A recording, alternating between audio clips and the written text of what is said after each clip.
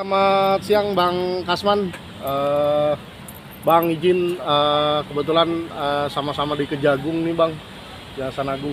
Minta tanggapan dikit atau pendapat dikit tentang kasusnya Harvey Bang, yang sekarang lagi diperiksa di Kejagung, di tepatnya di Pitsus Bang, jam Pitsus Bang. Ya, kalau saya sebagai praktisi ya, tidak mau melampaui atau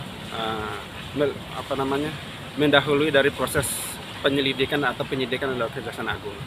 Tetapi ketika kita melihat dari psikologi sosial, ya ini merupakan tindak pidana korupsi yang tentunya harus ada pembuktian tertentu. Tetapi yang menarik gini, pada tahun 2021-2022 ya, PN Pangkal Pinang itu pernah memutus bebas kasus perkara PT Timah, bukan tersangka yang ini ya, perkara yang lain tapi di PT Timah yang sama, putus bebas.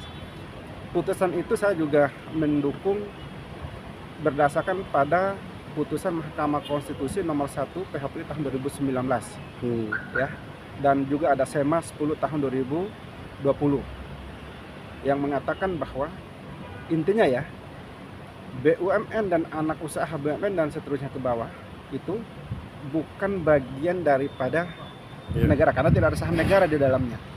Jadi saham negara yang di dalamnya itu sudah terbentuk dalam saham per lembar, sehingga PT Timah dalam hal ini tunduk pada undang-undang tentang perseroan terbatas, Undang-Undang 7 tahun 40.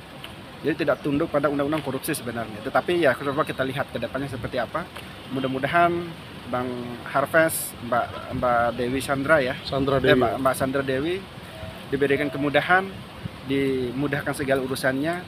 Yuk hadapi aja, buktikan substansi persoalan dengan baik supaya nanti dalam proses persidangannya itu hakim dapat menilai mana yang dipakai, apakah putusan Mahkamah Konstitusi atau memang undang-undang keuangan negara yang selalu jaksa pakai, atau undang-undang tentang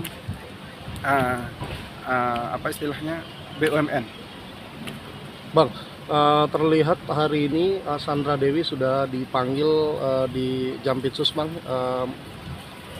memberikan keterangan Bang di hari ini Bang. Tapi menurut Abang hari ini akan Sandra Dewi akan menjadi tersangka apa tidak Bang? Melihat kasusnya Harvey sendiri Bang. Gini, banyak banget kasus korupsi baik yang ditangani oleh kepolisian, KPK maupun Kejaksaan Agung itu yang memanggil istri itu sebagai saksi. Ya.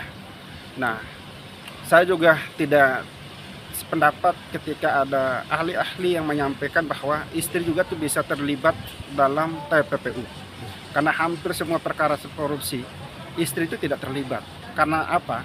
Ketika dia tidak mengetahui asal muasal sumber keuangan suaminya, dan dia hanya tahu bahwa kerjaan suami itu yang legal, lalu dia sebagai istri yang sah menikmati, apa salahnya? Kecuali dia kong-kali-kong, dan atau kecuali dia simpanan, tidak ada hubungan yang legal, bukan suami istri, simpanan itu bisa ditarik di PPU. Tapi kalau sebagai istri sah, saya yakin tidak. Maka hari ini sebagai saksi sih, ketika Sandra Dewi tidak mengetahui bahwa apa yang dilakukan oleh suaminya itu ilegal, ya dia pasti lolos. Tapi ketika mengetahui lalu dia ikut menikmati, tidak menginginkan suaminya, berarti dia akan tersangka. Itu aja prinsip. Bang, menurut Bang Kasman, Harvey sendiri akan dijerat dengan pasal berapa, dan hukuman yang pantas untuk seorang koruptor apa sih Bang? Gini, saya tidak bicara hukuman pantasnya ya. Paling nanti Bang Harvey masuk pasal 2 ya, pasal 2 Undang-Undang Tipikor. Nah, terkait dengan hukuman itu, majelis hakim itu punya 3 pertimbangan, nanti akan memutuskan. Gitu juga dengan Kejaksaan Agung, pasti akan mempertimbangkan segala sesuatu yang menjadi bahan, ada yang memberatkan, ada yang meringankan. Tinggal nanti peran teman-teman lawyernya di depan persidangan yang akan membantu hakim dalam memberikan putusan yang seadil-adilnya gitu. Kalau bicara putusan yang pantas, saya tidak bisa mendahului karena semua ada aturan mainnya. Ada hukuman maksimalnya, ada hukuman minimalnya. Hakim lebih tahulah tentang pantasnya seseorang yang dituduh melakukan perbuatan korupsi itu seperti apa, hakim sudah tahu.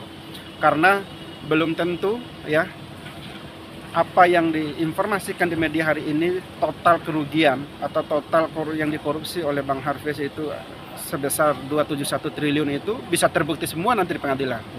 Bisa jadi lebih atau bisa jadi kurang.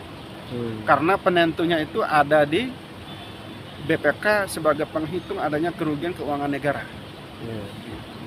Oke, Bang. Terima kasih, Bang ya.